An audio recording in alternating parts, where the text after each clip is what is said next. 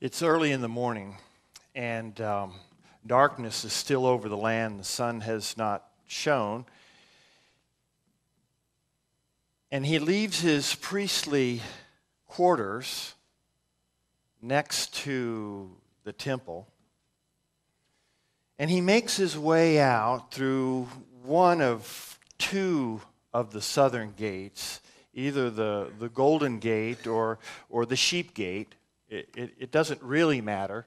Sometimes he just picks one or the other just to find some variety. And the men who hold court at the gate let him through because they see him do this every morning at this time. And it's hardly morning. It's still dark. He makes his way to the bottom of the Kidron Valley. He fords the bit of stream there, possibly takes off his sandals to do so. Depends on, there's never a lot of water in the Kidron. And as he moves away from the heat and the presence of the holy city, even as it sleeps, he's moving into darkness. He comes to the hill that's in front of the holy city, and he starts to make his way up. And he finds his prayer perch right there, almost to the very top, at a special place where they've just planted an orchard of olives. And there he waits in silence. He waits in silence, and he waits for the sun. Because he knows that to his right and to the east is Mount Nebo. And Mount Nebo was the mountain that Moses came to in order to look into all of the promised land. And when that sun comes up, and now light is starting to fill all of the hills of Judea, but it's that light that's not direct light. You know what I'm talking about? It's just like it's light, but where is it coming from? But the sun does come over Nebo, and when it does, it comes down and it hits the top of Solomon's temple. And when it does that, there is a molding on the outside of the temple that's done in solid gold. And when the sun hits that, it is aflame. And the city of Jerusalem begins to wake up. And when that sun hits that temple and that flame, it brings him such great joy and sorrow at the same time. The joy is that this is the everlasting hope. This is the presence of God. This is God seated in the temple. This is the same God who is giving the prophet the burden of the oracle of words that no one wants to hear. I will raise up the Babylonians has been the prophecy. And it just sticks somewhere in his craw, like, why can't the sun come up every day? And why can't the temple remain forever? Why can't we just, aren't you God? Can't you? And every one of the complaints that he could think of, he has thrown heavenward in that between darkness and light, and he has felt it in his chest. It has been tight.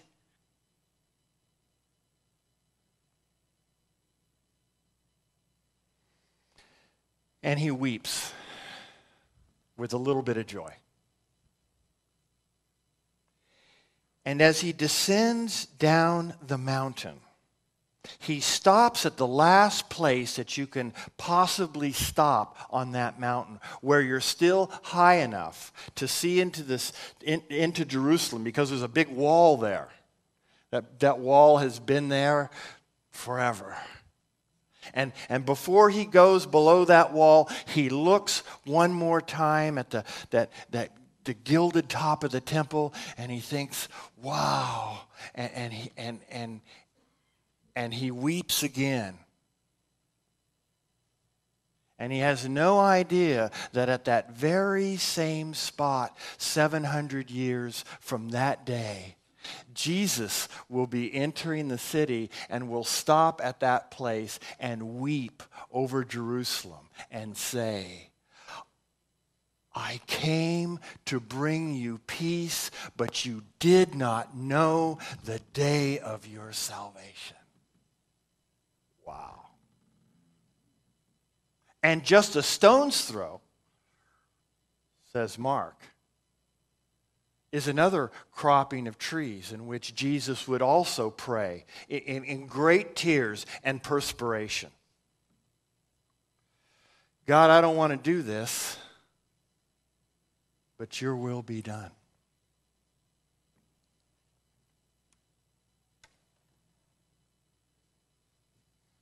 What is your natural response to difficulty and disappointment? What is your natural response to difficulty and disappointment? Habakkuk, as we found out 2 weeks ago, we took a little break into Joel last week and we're finishing up the book this week. Habakkuk is singing us a song that started last week or 2 weeks ago, and these last couple verses are the end of this song. And this is a song that shows us how to face the music of life. Face the music. We've heard that. And this is exactly what Habakkuk is talking about. And there's basically 3 verses to this song. One of them's an instrumental. I'm not making it up, but it's not quite in the text unless you see the pause. But we'll get to that. So verse 1 is, accepting the truth. Though the fig tree does not bud, and there are no grapes in the vine, though the olive crop fails, and the fields produce no food, and there are no sheep in the pen, and no cattle in the stall. This is the truth. This is not some kind of metaphor or illustration. This is exactly where Israel is right now. There is no hope of stuff that's going to stop this couple hundred years in which they are going to slide into demise and a 70 years in exile. That is just not going to be stopped in any way, shape, or form. So 2 things here. There are no human resources. They come up empty-handed. They have nothing in their pockets, nothing in their storeroom. There's nothing in the bank. There's nothing shoved under the mattress. There is no peace someplace where they've got something in case God doesn't work out. They are just busted out there. And that's where they are. And this accounting has left Israel quite confused and totally empty-handed, and the prophet with a message that no one wants to hear. And we now understand why they killed most of the prophets. Some of them they killed actually in the temple, because they kept saying something that God needed to say to the people that the people didn't want to hear. Don't tell me, right? Why? Because of the second thing. Not only are there no human resources, we need God above all else. It's just as simple as that. We're trying to run the business of being faithful people without being faithful to God. We're doing God things instead of being with God. And that's what seems to be the problem here. Our faith experience is intended to rip us open. It carves away everything that is unnecessary and leaves you beautiful. As long as you carry the junk of your expectations and you pull it behind you and you ask God to bless your measly plan, it comes to nothing. And God says, it ain't gonna work. You can go push that rope all you want, but you're going nowhere. Remember, we're the flute. God is the master flute carver.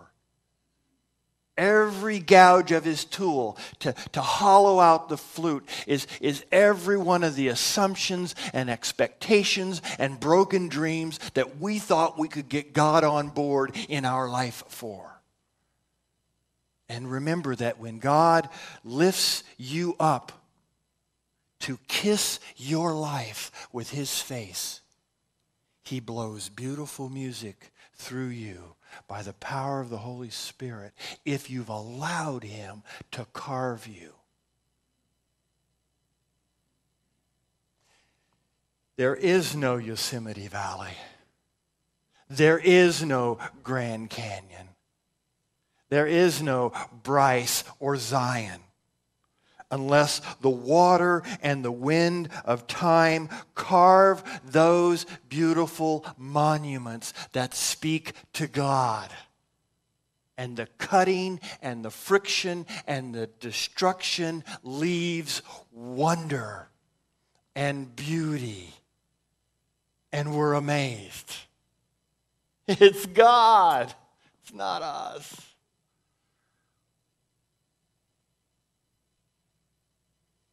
The second verse of the song is a little of it's there simply because it just stops with stalls.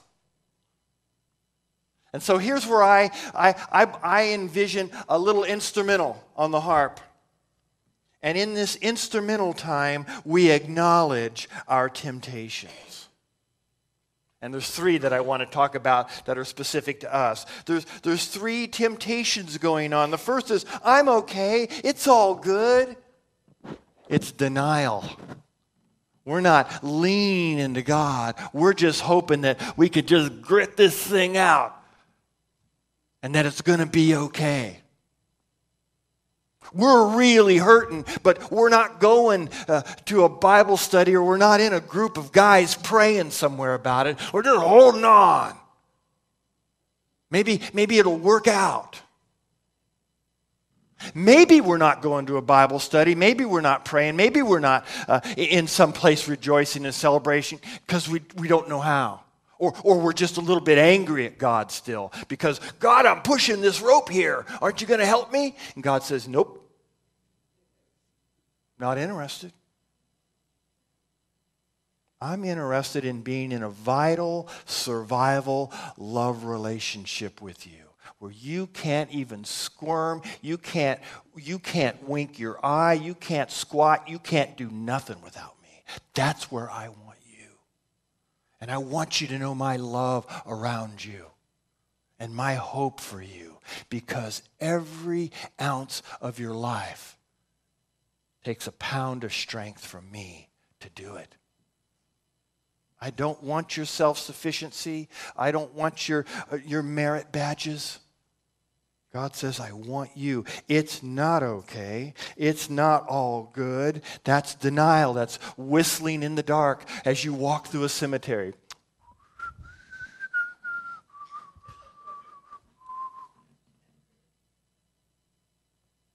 Wishful thinking.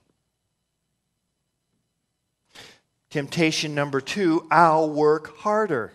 I can muscle this up. I'll go to a conference. I'll get a new idea.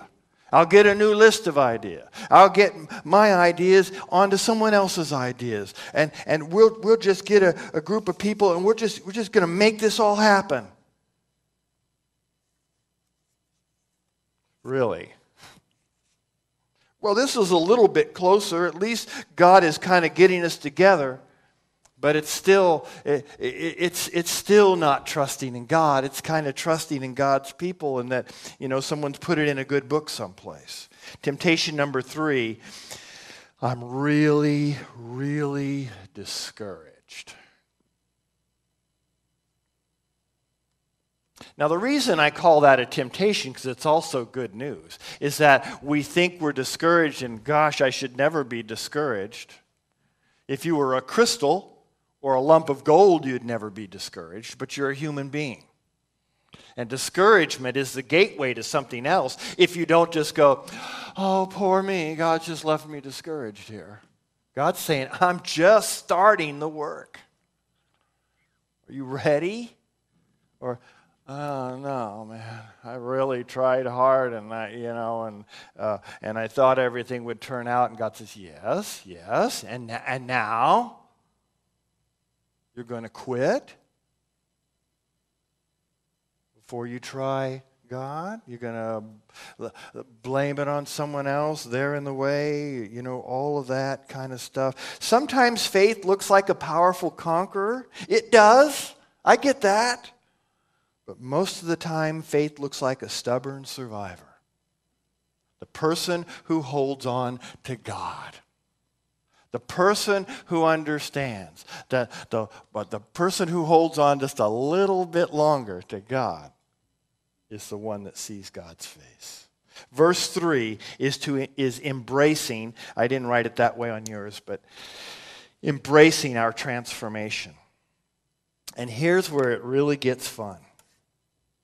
All of that being said, he goes on like out of nowhere. And that's why I think they had to sit down and think about this. I think that's why there was this, they brought in the violins and they did the string part so that we could think about our temptations. Because out of nowhere, he says, yet I will rejoice in the Lord.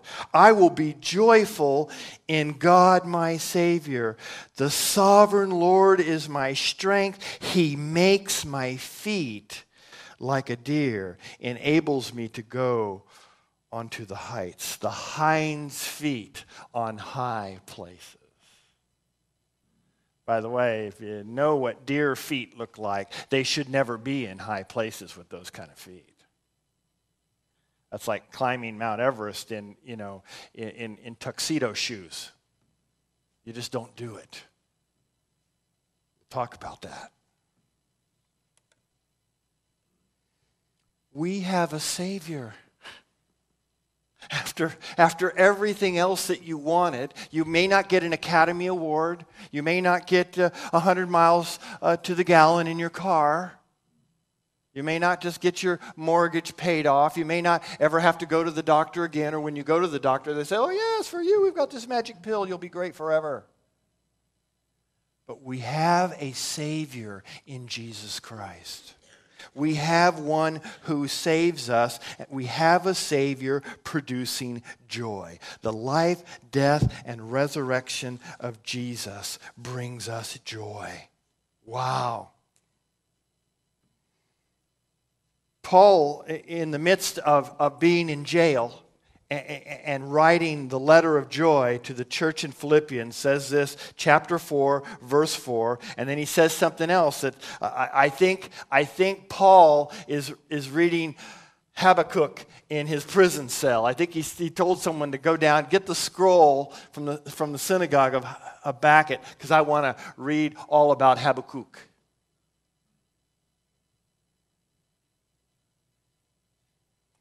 Rejoice in the Lord always. I say again, rejoice. If we cannot find our joy in our salvation, you simply will not find joy any other place.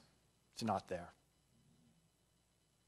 In fact, I would go to say that all of the joy that you're finding out there, the substitutes for the joy of your salvation, will get you so far, and then you'll be greatly disappointed when those things crash.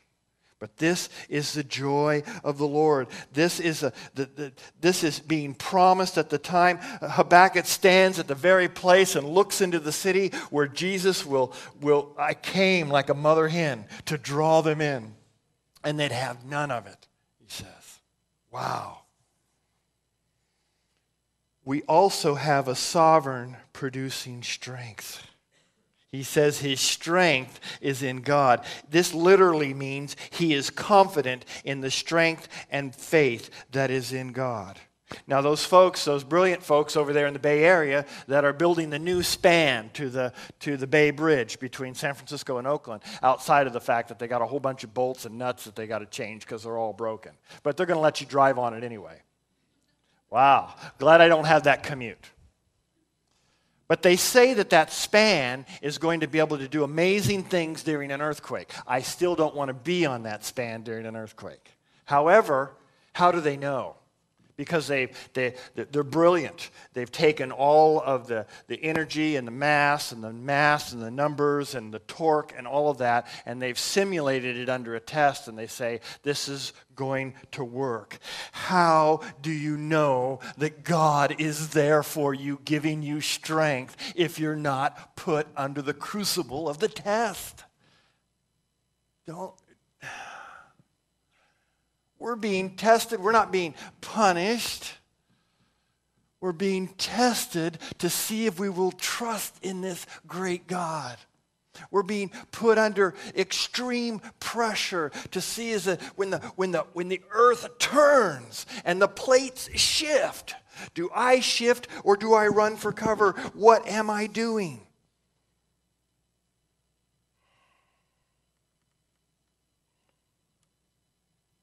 So the application is finally a beautiful word picture. I've already read it, but I got to read it again because I just love it. It makes my feet like the feet of a deer, enables him to go to high places. Deer have beautiful, the look, the long, sleek neck, the big brown eyes. I know that varmint control tells me they're just rats with long legs and long ears. I get that. But throw all that aside. For me and my grandkids, we have a romance with the deer at my house.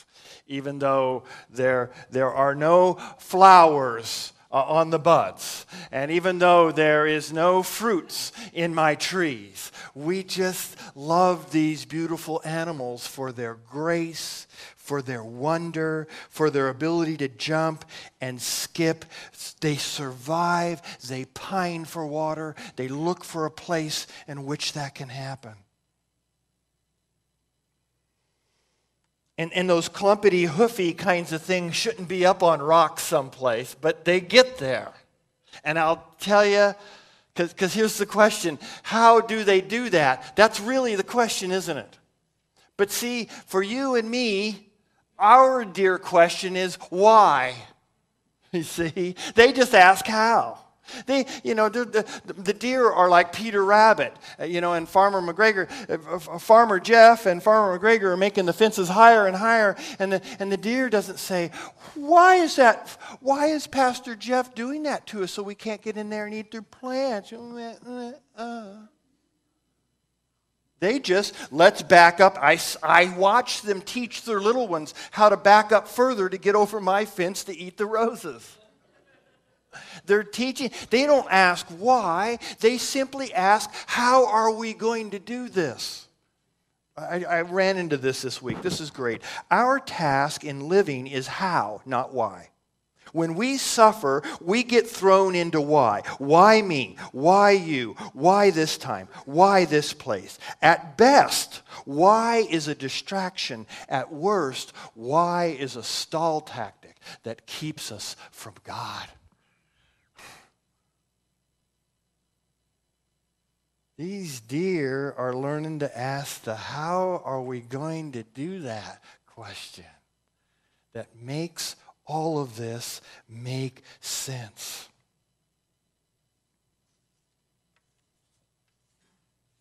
My dad worked in sugar all of his life, and there was always in our household, there was always this debate between cane sugar and beet sugar, because my dad actually made beet sugar. But this illustration, sorry, Dad, bless his memory, it'll be three years this Halloween that he passed. The sugar cane welcomes the cutting, the hacking, the crushing, the boiling, the straining it is subjected to. Without these ordeals, cane would dry up and make no tongue sweet.